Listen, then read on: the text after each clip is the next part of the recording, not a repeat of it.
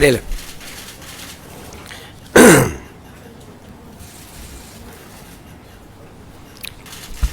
ഇന്നത്തെ മന്ത്രിസഭാ യോഗത്തിൽ ഒരു പ്രധാനപ്പെട്ട തീരുമാനം തിരുവനന്തപുരം കാസർഗോഡ് സിൽവർ ലൈൻ പദ്ധതി റദ്ദ് ചെയ്ത് ഉത്തരവ് പുറപ്പെടുവിക്കാനുള്ള തീരുമാനമെടുത്തു. പ്രസ്തുത പദ്ധതിക്കായി ഭൂമി ഏറ്റെടുക്കുന്നതുമായി ബന്ധപ്പെട്ട് പുറപ്പെടുവിച്ചിട്ടുള്ള എല്ലാ വിജ്ഞാപനങ്ങളും റദ്ദ് ചെയ്യാൻ തീരുമാനിച്ചു. ഡീനോട്ടിഫിക്കേഷനാണ്. കാരണം ഈ പദ്ധതി നടക്കുന്നുമില്ല, പദ്ധതി ഉപേക്ഷിക്കുകയും ചെയ്തു. നിരവധി വർഷങ്ങളായി ഈ ഭൂമി വിൽക്കാനോ വാങ്ങാനോ ഇതൊന്ന് പണയപ്പെടുത്താനോ മകളുടെ വിവാഹത്തിന് ഒരു ലോൺ എടുക്കാൻ പോലും പറ്റാതെ ഈ സാധാരണക്കാരായ ആളുകൾ മുഴുവൻ വിഷമിക്കുകയാണ്. അതുകൊണ്ടാണ് ഏതായാലും പദ്ധതി ഉപേക്ഷിച്ചതുകൊണ്ട് ആ പദ്ധതി കേന്ദ്ര ഗവൺമെൻറ്റും അംഗീകാരം തന്നില്ല. ഞങ്ങളതിനെ എതിർത്ത് സിൽവർ ലൈൻ എതിർത്ത് ഞങ്ങൾ സമരം ചെയ്തതാണ്. അതിൻ്റെ അടിസ്ഥാനത്തിൽ ആ ഉത്തരവ് റദ്ദാക്കാനും ഈ ഭൂമി ഏറ്റെടുക്കൽ നോട്ടിഫിക്കേഷൻ ഡീനോട്ടിഫൈ ചെയ്യാനുമുള്ള സുപ്രധാനമായ തീരുമാനമെടുത്തിട്ടുണ്ട്. സിൽവർ ലൈൻ സമരവുമായി ബന്ധപ്പെട്ട വിവിധ കോടതികളിലും പോലീസ് സ്റ്റേഷനുകളിലൊക്കെ നിലനിൽക്കുന്ന കേസുകൾ അത് ആഭ്യന്തര വകുപ്പ് അത് പരിശോധിച്ച് ആ കേസുകൾ പിൻവലിക്കാൻ വേണ്ടിയിട്ടുള്ള കേസുകളുടെ സ്വഭാവം അനുസരിച്ച് അത് പിൻവലിക്കാൻ വേണ്ടിയിട്ടുള്ള ശുപാർശകൾ കോടതിയാണ് അത് അനുമതി നൽകേണ്ടത്. കോടതിയിലേക്ക് ഗവൺമെൻറ് അതിനുള്ള ശുപാർശ കോടതിക്ക് മുൻപാകെ നമ്മൾ സമർപ്പിക്കാൻ തീരുമാനിച്ചു. പിന്നെ പദ്ധതിക്ക് വേണ്ടി സ്ഥാപിച്ചിട്ടുള്ള മഞ്ഞക്കുറ്റികൾ അത് നീക്കം ചെയ്യുന്നതിന് റവന്യൂ വകുപ്പിന് നിർദ്ദേശം നൽകിയിട്ടുണ്ട്. നീക്കം ചെയ്യാം, മഞ്ഞക്കുറ്റികളെല്ലാം മാറ്റും.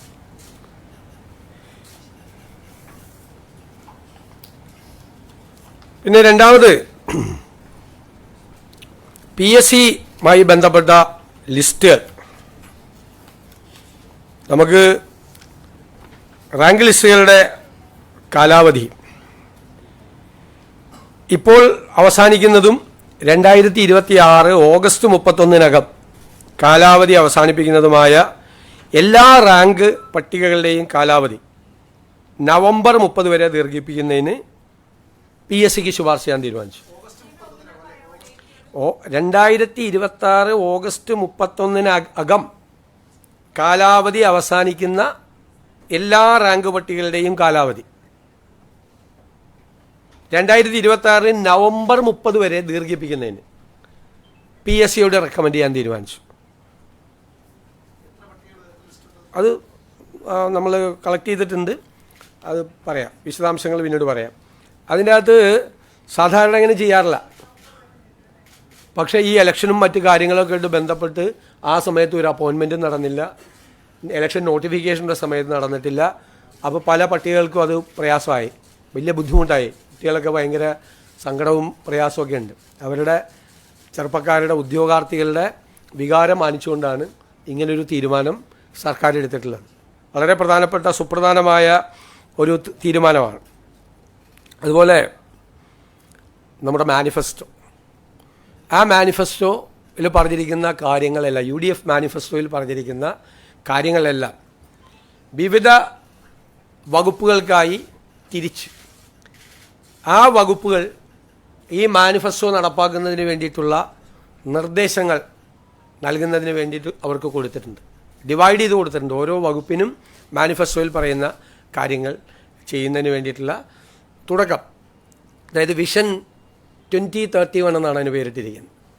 2031 ഈ സർക്കാരിൻ്റെ കാലാവധി അവസാനിക്കുന്നതിന് മുമ്പ് തന്നെ മാനിഫെസ്റ്റോയിൽ ജനങ്ങളോട് നൽകിയിരിക്കുന്ന വാഗ്ദാനങ്ങൾ മുഴുവൻ പാലിക്കുന്നതിന് വേണ്ടിയിട്ടുള്ള നടപടികൾ ഇപ്പോൾ ആരംഭിക്കാൻ പറഞ്ഞിട്ടുണ്ട്.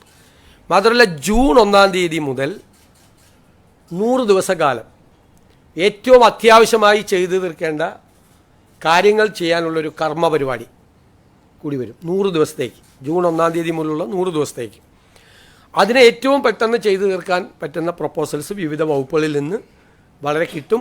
അത് തയ്യാറാക്കി എല്ലാ കാര്യങ്ങളും നമുക്ക് തീർക്കാൻ പറ്റാവുന്ന മുഴുവൻ കാര്യങ്ങൾ, ചിലപ്പോൾ ചെറിയ ഇൻ്റർവെൻഷൻ കൊണ്ട് തീർക്കാം, ചിലപ്പോൾ ചില വിഷയങ്ങൾ പരിഹരിച്ചുകൊണ്ട് തീർക്കാൻ പറ്റും.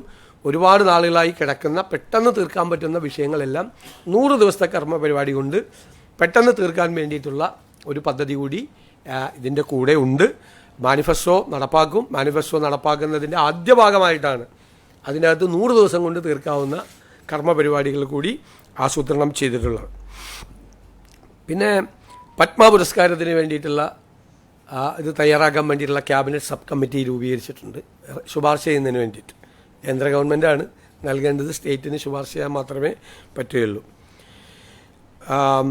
ഹൈക്കോടതിയിലെ അഡീഷണൽ അഡ്വക്കേറ്റ് ജനറലായി അഡ്വക്കേറ്റ് മുഹമ്മദ് ഷായെ നിയമിച്ചിട്ടുണ്ട്. അഡീഷണൽ അഡ്വക്കേറ്റ് ജനറൽ ആയി അഡ്വക്കേറ്റ് മുഹമ്മദ് ഷാ നിയമിച്ചിട്ടുണ്ട്.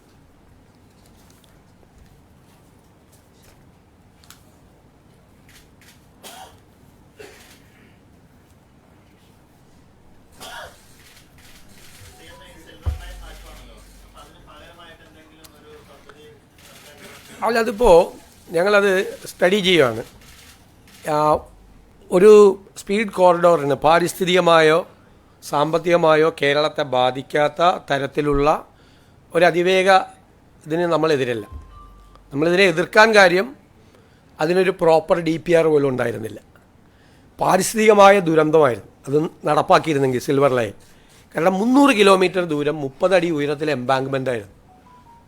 കേരളത്തിൻ്റെ ഒരു ജോഗ്രഫിക്കൽ സ്റ്റേച്ചർ എന്ന് പറഞ്ഞാൽ എന്താ, സ്ലോപ്പാണ് കേരളം അല്ലേ. അവിടെ നിന്ന് നദികൾ ഒഴുകി താഴേക്ക് വന്ന് കടലിൽ പതിക്കുന്ന ഒരു സ്ലോപ്പായിട്ടുള്ള സ്ഥലമാണ്. അതിനിടയിൽ 30 അടി ഉയരത്തിൽ 300 കിലോമീറ്റർ ദൂരം എംബാങ്ക്മെൻറ്റ് പണിയുക എന്ന് പറഞ്ഞ ഒരു സസ്റ്റൈനബിൾ ആയിട്ടുള്ള പ്രോജക്റ്റ് ആയിരുന്നില്ല. അത് എൻവയൺമെൻറ്റ് ഡിസാസ്റ്റർ ഉണ്ടാവുമായിരുന്നു, പാരിസ്ഥിതിക ദുരന്തം ഉണ്ടാവുമായിരുന്നു ഇല്ലേ. പിന്നെ 200 കിലോമീറ്റർ ദൂരം 10 അടി ഉയരത്തിൽ മതിലായിരുന്നു. ഇപ്പോൾ മൺസൂൺ തുടങ്ങിക്കഴിഞ്ഞാൽ ട്രെയിൻ മാത്രമല്ല ബോട്ട് കൂടി ഓടിക്കായിരുന്നു. ആ സ്ഥിതിയാണ്. അത് നമ്മൾ വളരെ നന്നായി UDFൻ്റെ ഒരു സബ് കമ്മിറ്റി പഠിച്ച് UDFൽ കൊണ്ടുവന്നപ്പോൾ, എന്നിട്ട് ഞാൻ രണ്ടാമത് അത് കൊടുത്തു വിട്ട് എല്ലാ പാർട്ടികളും ഒന്നും കൂടി സ്റ്റഡി ചെയ്ത് വരാൻ. അങ്ങനെ ഞങ്ങൾ എക്സ്പേർട്സുകളുമായി സംസാരിച്ച് കേരളത്തിൻ്റെ വിവിധ സ്ഥലങ്ങളിൽ സിറ്റിംഗ് നടത്തി. Railway experts, financial experts, environment എക്സ്പേർട്സുമായിട്ട് സംസാരിച്ചിട്ട് തയ്യാറാക്കിയ ഒരു റിപ്പോർട്ടാണ് നടപ്പാക്കരുത്. അതുകൊണ്ടാണ് പിന്നെ ഗവൺമെൻറ് അത് വഴിയിൽ ഉപേക്ഷിക്കുകയും ചെയ്തു. പക്ഷേ ആ നോട്ടിഫിക്കേഷൻ ഇപ്പോഴും അങ്ങനെ കിടക്കുകയാണ്. അതിൻ്റെ ശിക്ഷ പോലെ, സമരം ചെയ്തതിനുള്ള പാവങ്ങൾക്കുള്ള ശിക്ഷ പോലെ ആ നോട്ടിഫിക്കേഷൻ വേണ്ടാന്ന് പദ്ധതി ഉപേക്ഷിച്ചു. ഒറ്റ ഓർഡർ ഇറങ്ങിയാൽ മതി ഡീനോട്ടിഫൈ ചെയ്യാൻ. അവർക്ക് ഒരു ഞാൻ പറഞ്ഞല്ലോ, മകളുടെ കല്യാണത്തിന് അല്ലെങ്കിൽ വീട്ടിലൊരു ആവശ്യത്തിനും ഭൂമി പണയം പോലും വയ്ക്കാൻ പറ്റാത്ത പാവങ്ങളാണ്, കരച്ചിലാണ് എപ്പോഴും, സങ്കടങ്ങൾ. അപ്പോൾ ഞങ്ങൾ പുതുയുഗ യാത്രയുമായി പോയ സമയത്ത് അവരുമായിട്ട് ഞങ്ങൾ ഇൻട്രാക്ഷൻ നടത്തിയിരുന്നു. അത് പോയ ജില്ലകളിലെല്ലാം അവർ പരാതി പറഞ്ഞിരുന്നു. അത്തരം പരാതികളൊക്കെ നമുക്ക് പെട്ടെന്ന് തീർക്കാൻ പറ്റാവുന്ന പരാതികളാണ്. അതൊക്കെ ഒരു ഗവൺമെൻറ്റിൻ്റെ ഒരു വേഗത അക്കാര്യത്തിലുണ്ട്.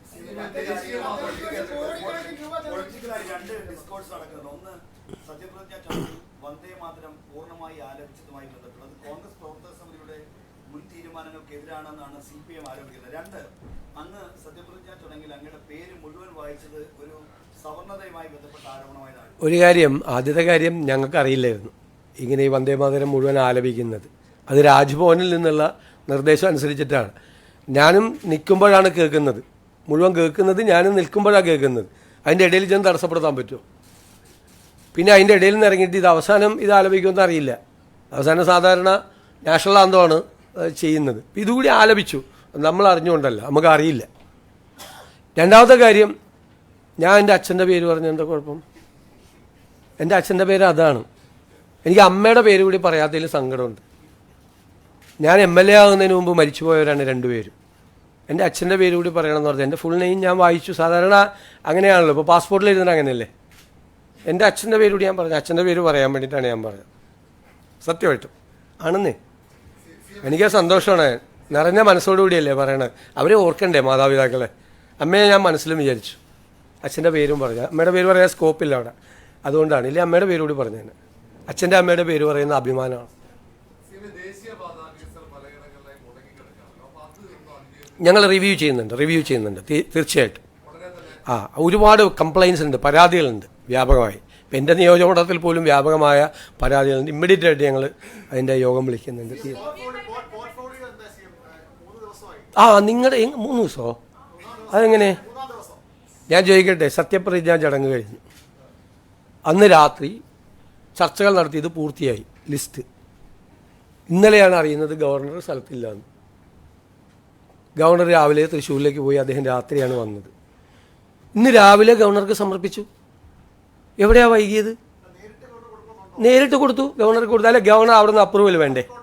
അല്ലെങ്കിൽ അവിടെ എന്ത് തർക്കം? മിനിങ്ങാന്ന് രാത്രി തീർന്നു. നിങ്ങൾ എഴുതിയതിന് നിങ്ങൾ വാർത്ത കൊടുക്കുന്നതിന് ഞാൻ എന്ത് ചെയ്യാൻ പറ്റും? നിങ്ങൾ പറയും ഫിഷറീസിൻ്റെ തർക്കമാണ് എന്ന് പറഞ്ഞിട്ട് പല വാർത്തകളും വന്നു. ആ വിഷയങ്ങളൊക്കെ UDF ചർച്ചകളിലൊക്കെ മന്ത്രിസഭ സത്യപ്രതിജ്ഞയ്ക്ക് വന്ന UDFൻ്റെ ചർച്ചകൾ പൂർത്തിയായി. ഏത് മന്ത്രിസഭാ സത്യപ്രതിജ്ഞയ്ക്ക് മുമ്പ് 10 ദിവസം കൊണ്ട് വരുന്ന കോൺഗ്രസിൻ്റെ മന്ത്രിസഭാ ലിസ്റ്റ് 24 മണിക്കൂർ കൊണ്ട് വന്നു. സത്യപ്രതിജ്ഞ കഴിഞ്ഞ് അന്ന് രാത്രി തന്നെ, അങ്ങനെയാണ് രാത്രി സാധാരണ 48 hours എടുക്കാറുണ്ട്. ഇത് അതും എടുത്തില്ല. ഇന്നലെ മിനിയാന്ന് രാത്രി ഇച്ചിരി വൈകിയാണ് തീരുമാനമായത്. കാരണം ഡൽഹിയിൽ നിന്നുള്ള എല്ലാം അപ്രൂവലെല്ലാം വാങ്ങിച്ചിട്ടാണ് ചെയ്തത്. പൂർത്തിയായി.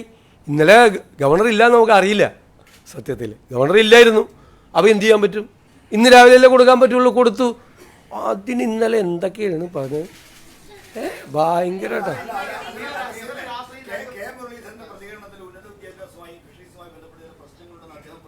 ഇല്ല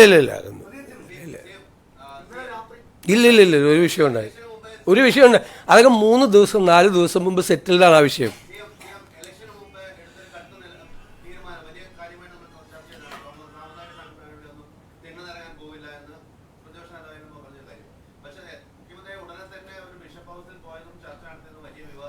ഞാൻ പ്രതിപക്ഷ നേതാവായപ്പോൾ തിണ്ണയിറങ്ങാൻ പോകില്ല എന്നൊന്നും ഞാൻ പറഞ്ഞിട്ടില്ല.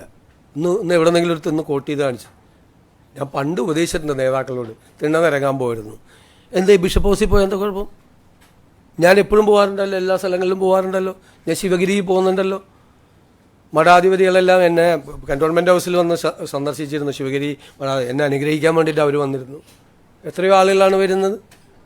ഇപ്പം ഞാൻ എന്താവശ്യത്തിലാണ് അവിടെ പോയത്? ഞാനിവിടുത്തെ ക്ലീമീസ് ബാവയെ കണ്ടിരുന്നു. കർദിനാളാണ് അദ്ദേഹം. ഞാൻ നെറ്റോ പിതാവുമായിട്ട് ഭയങ്കരമായ ഹൃദയബന്ധമുള്ള ഒരാളാണ്. എനിക്കിഷ്ടമുള്ളവരെയൊക്കെ ഞാൻ പോയി കാണുന്നതിന് നിങ്ങൾക്ക് എന്താ പ്രശ്നം? അവിടെ പോയിട്ട് എനിക്ക് എന്തെങ്കിലും ആവശ്യം നേടിയെടുക്കാൻ പറ്റുക? ഇലക്ഷൻ കഴിഞ്ഞ് ഞങ്ങൾ ജയിച്ചു. പിന്നെ ഇപ്പോൾ അവിടെ പോയി തിണ്ണിറങ്ങണം എന്തിനാ? സാധാരണ ഇലക്ഷൻ ജയിക്കാനും വേറെ കാര്യത്തിനല്ലേ തിണ്ണിറങ്ങണം എന്ന് പറഞ്ഞത്. ജയിച്ചിട്ടാണ് പോയി കാണുന്നത് അവരോടൊക്കെ. അത് എല്ലാ സ്ഥലങ്ങളിലും പോകും. എല്ലാവരെയും കാണാൻ പോകും. എല്ലാവരെയും എന്നെ വഴക്ക് പറഞ്ഞവരെയൊക്കെ കാണാൻ പോകും. അതിനെന്താ പോണ്ടേ? എല്ലാവരെയും ഞാൻ ആരെയും പേരൊന്നും പറഞ്ഞില്ല. എല്ലാവരെയും ചേർത്ത് പിടിക്കുന്നേ. അതിനെന്താ? ഞാൻ ചോദിക്കട്ടെ, നമ്മളങ്ങനെ വേണ്ടേ? നിങ്ങളെന്താ പറയണത്? ഞാൻ ആളോട് മിണ്ടില്ല, ഇന്ന ആളോട് സംസാരിക്കില്ല, പണ്ട് എന്നോട് എന്നെ വഴക്ക് പറഞ്ഞിട്ടുണ്ട്, എന്നോട് മോശം പറഞ്ഞിട്ടുണ്ട് ആളോടും. ഞാൻ ഈ പൊസിഷനിൽ നിന്ന് അങ്ങനെയൊക്കെ ചെയ്യാമോ? അങ്ങനെ ചെയ്യാൻ പാടില്ല. ഞാൻ എല്ലാത്തിനോടും ക്ഷമിക്കാൻ പറ്റണം നമുക്ക്. ഞാൻ മനസ്സിലൊരു വിഷമവും കൊണ്ടുനടന്നിട്ടില്ല. ഞാനന്ന് പറഞ്ഞത് UDFനെയും കോൺഗ്രസിനെയൊന്നും പറഞ്ഞില്ല, എന്നെയാണ് പറഞ്ഞത്. എന്നെ ഇഷ്ടമില്ലാഞ്ഞിട്ടാണ്. അത് മാറ്റണം. ആ ഇഷ്ടക്കേട് മാറ്റണം. എല്ലാവരുമായിട്ട് നല്ല ബന്ധം വേണം. അതിനെന്താ? പക്ഷെ നിലപാടിൽ മാറ്റമില്ല. നിലപാടിൽ ഒരു മാറ്റമില്ല. അതിശക്തമായ സെക്കുലർ നിലപാടാണ്. ഒരു നിലപാടിലും മാറ്റമില്ല. ആര് വർഗീയത പറഞ്ഞാലും അതിനെ എതിർക്കുകയും ചെയ്യും. ഉറപ്പായിട്ട് എതിർക്കും. അത് UDFൻ്റെ സ്റ്റാൻഡാണ്. UDFൻ്റെ അഡമൻ്റായിട്ടുള്ള സെക്കുലർ സ്റ്റാൻഡാണ്. ഒരു കോംപ്രമൈസും ഇല്ല ആ കാര്യത്തിൽ. പക്ഷേ എല്ലാവരും അവർക്കൊക്കെ ഒരു വിഷമം വന്നാൽ ആദ്യം നമ്മൾ ഓടിയെത്തും, അന്വേഷിക്കും.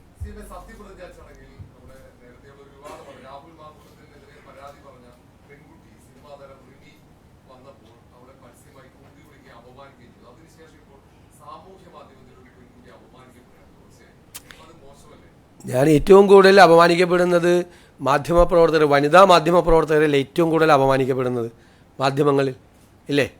ഏറ്റവും കൂടുതൽ അപമാനിക്കപ്പെടുന്നത്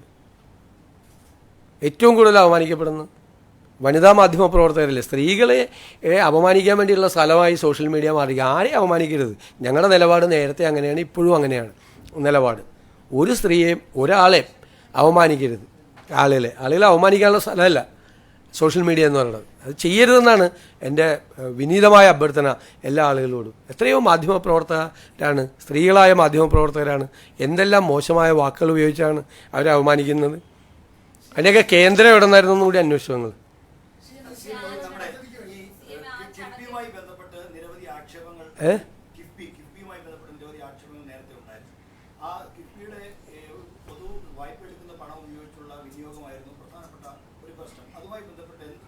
എല്ലാ കാര്യങ്ങളും പരിശോധിച്ചുകൊണ്ടിരിക്കുക.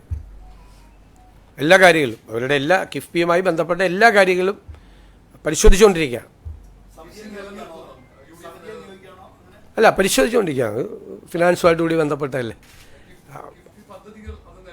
അല്ല, അതൊക്കെ പരിശോധിച്ചുകൊണ്ടിരിക്കുകയാണ്. തീരുമാനമെടുത്തിട്ടില്ല. തീരുമാനമെടുത്ത ആദ്യം ഞാൻ പറഞ്ഞിട്ടുണ്ടല്ലോ, നിങ്ങളോടെ പറയുള്ളൂ.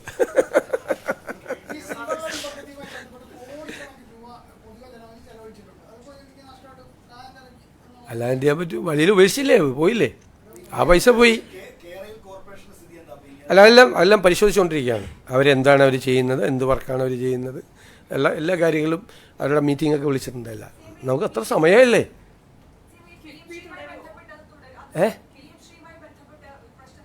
അല്ല, പരിശോധിക്കപ്പെടേണ്ട കാര്യം അതിൻ്റെ സ്റ്റേറ്റസ് എന്താണെന്ന് നോക്കണം, ലീഗൽ സ്റ്റേറ്റസ് എന്താണെന്ന് നോക്കണം. ഒരു ഗവൺമെൻറ് എഗ്രിമെൻറ്റ് വെച്ചതാണ്.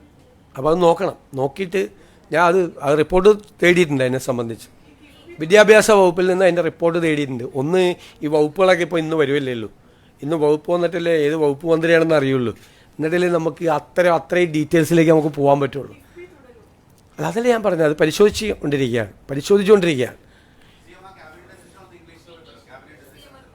ക്യാബിനറ്റ് ഡിസിഷൻ പറയാമല്ലോ.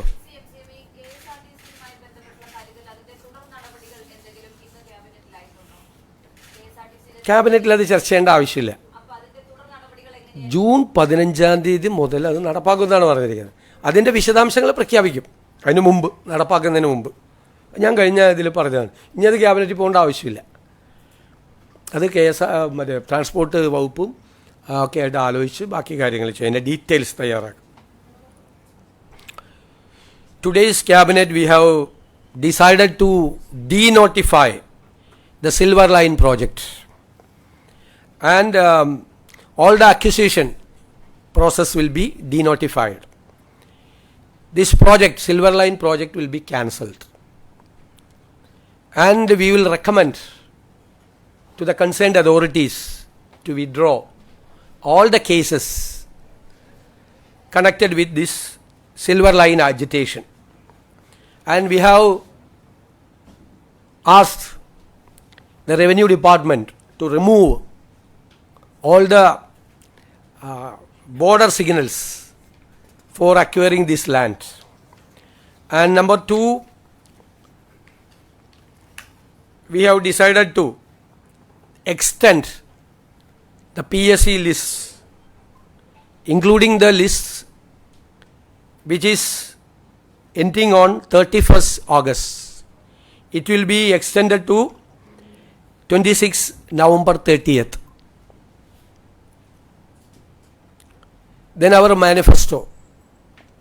We have divided the promises in the manifesto to the various departments.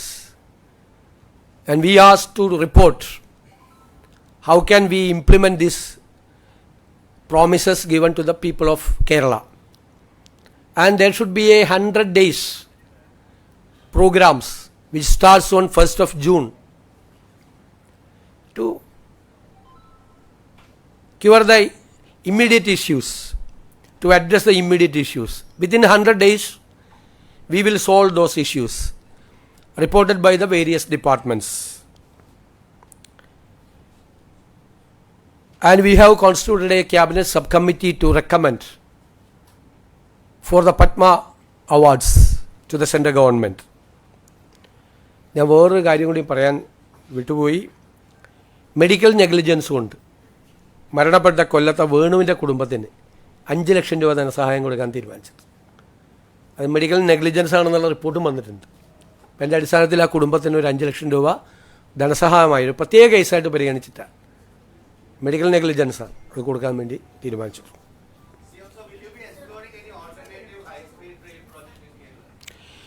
We will think about that. We are not against the high-speed rail project.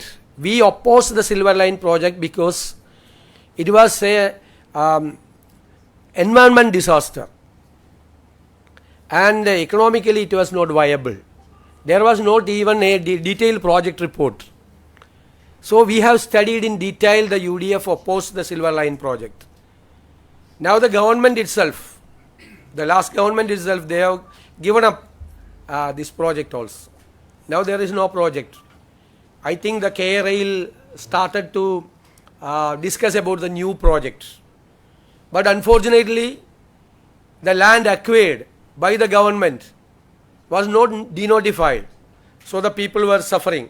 They cannot sell or buy the property or pledge the property. They were in trouble. So we have decided to denotify all the acquisition process. There was some controversy related to singing of Vande Mataram in your swearing-in ceremony, the entire one. And the left had criticized it, saying it's against the Without our knowledge, it was happened. It was from the directions from the Lok Bhavan.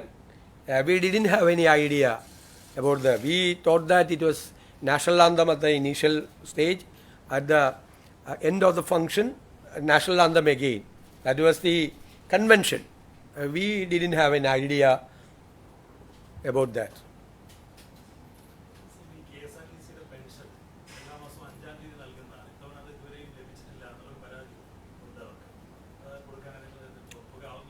അല്ല വന്നല്ലോ ഇപ്പോൾ we look into that. നമ്മളത് പരിശോധിച്ച് വേണ്ട നടപടികൾ സ്വീകരിക്കും ഉറപ്പായിട്ടും.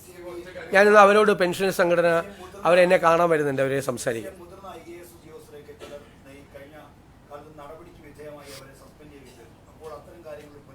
ഉറപ്പായിട്ട് പുനഃപരിശോധിക്കും. അല്ല, കേസ് ബൈ കേസായിട്ട് പുനഃപരിശോധിക്കും, തീരുമാനമെടുക്കും. അത് ക്യാബിനറ്റിലല്ല, തീർച്ചയായിട്ടും പുനഃപരിശോധിക്കും.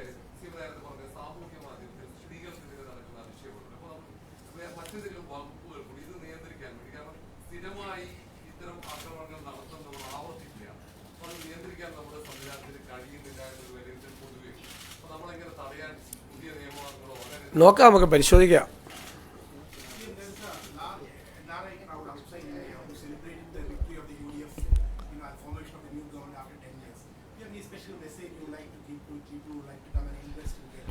I express my gratitude towards all the people, those who are in abroad. And you know that across the world there is a large Malayali diaspora.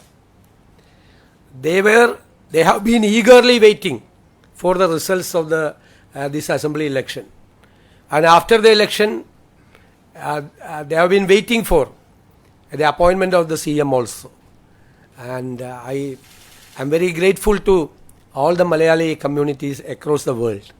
Any new plans for investment that you would like? Definitely, it is mentioned in our manifesto. They will be participated in our coming projects, definitely. And we will think about the utility of the remittance also. And I am very much afraid that the remittance is reducing, because the people, those who are going to the Europe, except the GCC countries, are not sending anything to Kerala. Only the people, those who are in the Gulf, are sending money. Remittance is only from Gulf. The people are now going to the European countries. And it has to be considered very seriously about the reverse remittance also. There are 4 million workers from other states are working in Kerala. 4 million. They are not spending, they are spending very little amount here. This amount is, I'm not saying the siphoning about, but it is going out. That is a reverse remittance. When the remittance is coming from abroad, there is a reverse remittance. No government has studied so far. We are going to study it in detail, because it affected the economy. Because money circulation is very important in the economy. If money is not there, the liquidity crunch will be there. That will affect the circulation of the money. It will affect the economy also. So we are very seriously thinking about for the alternative thinking to stimulate the economy. Investment-friendly plans? There are investmentally friendly plan, the MSMEs, many projects. Yeah. Within 3 to 6 months, I am hopeful that we can declare some dream projects. Thank you.